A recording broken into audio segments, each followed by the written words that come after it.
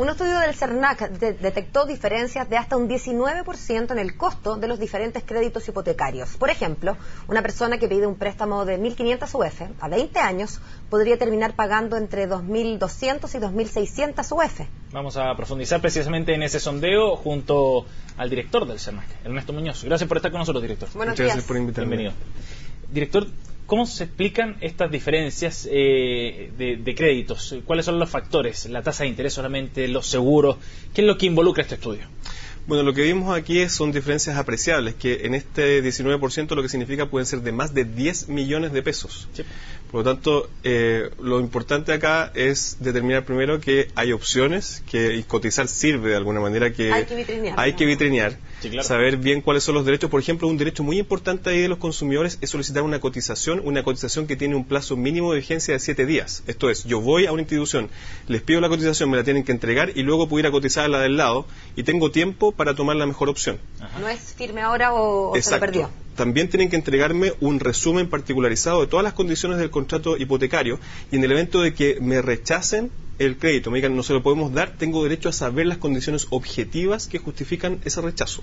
Esto es, no puede ser porque usted me cayó mal o porque no me gustó su cara. O porque no me tinca que sea buen pagador. O porque aquí me aparece un código, fíjese, no lo puedo dar. Tiene que ser objetivo, tiene que entregar información y como consumidores tenemos derecho a esto que son mínimos legales. En el estudio nosotros detectamos que estas diferencias se explican. 66%, 62% está asociado a crédito, 33% tasa de interés. Tenemos diferencias también, por ejemplo, en los gastos operacionales de cerca de 88% y 228% asociado, por ejemplo, a seguros de desgravamen e incendio.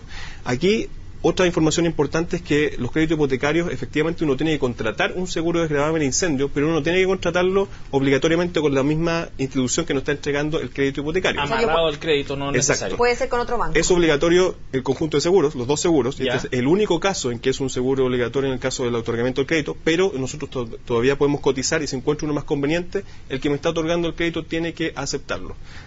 También tenemos derecho a información respecto de una vez que uno contrata el crédito, la información me la tienen que estar entregando trimestralmente y si yo quiero más información, se la pido directamente a la institución financiera, tiene 3 días hábiles para entregarla. Por lo tanto, aquí tenemos información, el estudio está disponible en www.cernac.cl de manera, digamos, abierta para que nosotros podamos comparar. La recomendación es que lo hagamos, que también tomemos en consideración algo que es muy importante. Cuando estamos en el mercado crediticio tenemos que ver cuáles son las opciones y también evaluar cuáles son las condiciones financieras que yo tengo para enfrentar estos pagos. Aquí una recomendación es que el costo del dividendo debería estar en torno a los 25% del ingreso familiar, no más, para que nosotros tengamos una gestión balanceada y podamos saber que estos compromisos los vamos a cumplir en el futuro. Ahora, director, cuando uno ve que no hay diferencia de precios en el mercado, o sea, que todos están cobrando lo mismo, uno sospecha, usted se ríe, pero uno se le prenden las luces, aquí podría haber colusión. No es el caso. En este caso es lo contrario, digamos, hay 19%, de hasta 19% de diferencia. ¿Eso está dentro de lo habitual o le llama la atención a usted, si es que tienen estudios anteriores, de que la diferencia, la brecha, digamos, es más amplia? En nuestro estudio nosotros consistentemente detectamos diferencias. Cuando no encontramos diferencias, efectivamente hay algo que no está ocurriendo, porque el mercado tiene que actuar y tenemos que tener distintas alternativas. Alarma. Y cuando no tenemos diferencias, ahí nosotros lo que tenemos que hacer es tomar ese estudio y mandarlo a la Fiscalía Nacional Económica para que vea qué es lo que está pasando. Entonces, efectivamente hay diferencias. Estas diferencias en este caso yo creo que son un poquito más amplias de lo que hemos visto con anterioridad, lo que muestra el dinamismo del mercado por un lado, por otro lado que las opciones que nosotros tenemos también son amplias. Aquí no hay una recomendación específica de operar con ciertas instituciones. O sea, tenemos, por ejemplo, caja de compensación que están un poco altas, pero también tenemos algunos bancos y tenemos también agencias que entregan este tipo de créditos. Entonces, la opción es amplia. Lo importante ahí es saber, primero, que cotizar sirve. Segundo, que esa cotización yo creo que es súper importante porque nosotros no lo sabemos.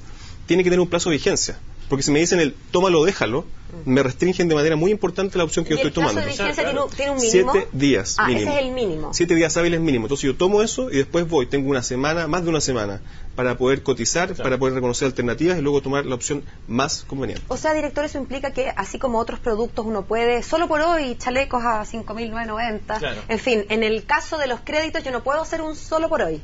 No puedo hacer un solo por hoy. Y tiene que ser, además, muy pormenorizada la información que se me entrega.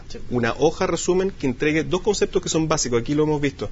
la CAE, que es la carga anual equivalente, que es el porcentaje anualizado que integra tasa de interés, pero también todos los otros cobros. Esto es muy importante porque me permite comparar. O sea, ahí comparo peras con peras. Exacto. Y lo que hemos visto es que las diferencias son de 49% en la CAE. Wow. Muy importante. Y lo otro es el costo total del crédito. El costo total del crédito es algo que nosotros tenemos que aprender a mirar más allá de esta cultura de la cuota que muchas veces tenemos, que es yo voy a poder pagar esto mes a mes, porque muchas veces nos quedamos con cuotas que efectivamente puedo pagar mes a mes, pero que son eternas o son de por vida. Claro. Y el costo total del crédito es esa información que nos dice esto es lo que usted va a terminar pagando al final del crédito, y ahí es donde nosotros hemos visto esta diferencia de hasta 10 millones de pesos. Oiga, director, queríamos llevarlo a otro tema, pero bien relevante también, tiene que ver con el proyecto para fortalecer precisamente el CERNAC. Las críticas que han surgido desde el mundo empresarial, hace unos días escuchábamos, si no me equivoco era Herman von Millenbrock, planteando que esto debería detenerse en el fondo porque generaba más incertidumbre y podía eventualmente quizás estar colaborando en la desaceleración de la economía. ¿Cómo recibe usted aquel comentario y las críticas en general que han surgido del mundo empresarial? Bueno, ahí el gobierno ha sido bastante claro. El ministro Luis Felipe Céspedes ha dicho que esto no tiene que ver con el ciclo económico, y yo, por supuesto, comparto esa opinión en el sentido siguiente. Estamos hablando de una institucionalidad que va a hacer más efectivo el cumplimiento de las reglas en los mercados. Los mercados, sin importar el ciclo económico, tienen que comportarse de acuerdo a reglas. Por lo tanto, son dos cosas que operan de manera completamente distinta. Si yo tengo empresas que están cumpliendo con la ley, esas empresas tienen que cumplir con la ley si tenemos un ciclo económico alto o un ciclo económico bajo. Son derechos básicos de los consumidores. Por lo tanto, entonces, ¿cómo se explica, director, cómo se explica usted que alguien de una persona tan importante de la CPC haga esa vinculación entre desaceleración y cumplimiento de la ley, cuando, como usted dice, a nosotros también nos parece que la ley debe cumplirse respecto de nosotros los consumidores y respecto en general de todo ciudadano, en las buenas y en las malas? Yo creo que hay un poco de desinformación. Desinformación, por ejemplo, yo ayer estaba en un seminario de ICARE donde pudimos explicar claramente que lo que queremos hacer con este proyecto de ley es ponernos a tono con lo que ocurre en todas las naciones desarrolladas y también en el vecindario. Ustedes saben que el CERNAC es la única agencia de protección al consumidor de la OECD y también en Latinoamérica que no tiene facultades fiscalizadoras. La única.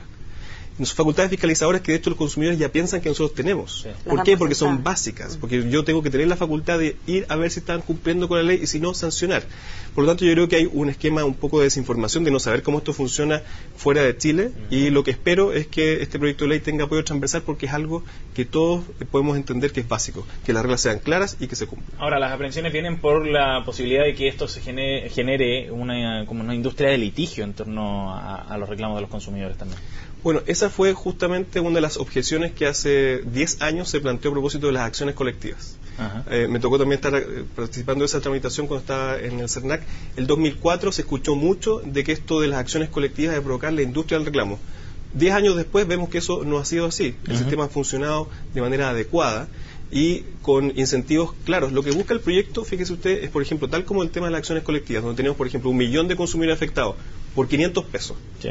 Donde si yo digo no tengo un procedimiento que unifique esa representación, le estoy denegando la justicia al consumidor. Sí, claro. Lo que tenemos que hacer ahora es avanzar el siguiente paso para ponernos a tono con las naciones desarrolladas y hacer que esta implementación de las reglas sea efectiva. Director, le agradecemos muchísimo que haya venido a CNN Chile. Que tenga un buen fin de semana. Muchas gracias a usted. Chao. Chao.